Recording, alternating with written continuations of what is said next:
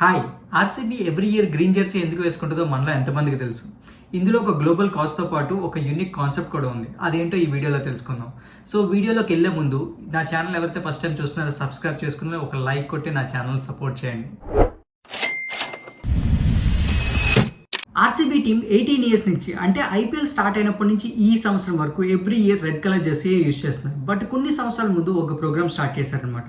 అదేంటంటే yearly once అంటే ఒక రోజు గ్రీన్ కలర్ జెర్సీ యూజ్ చేయాలని. అది ఎందుకు అంటే దాని వెనకాల ఒక గ్లోబల్ కాజ్ ఉందన్నమాట.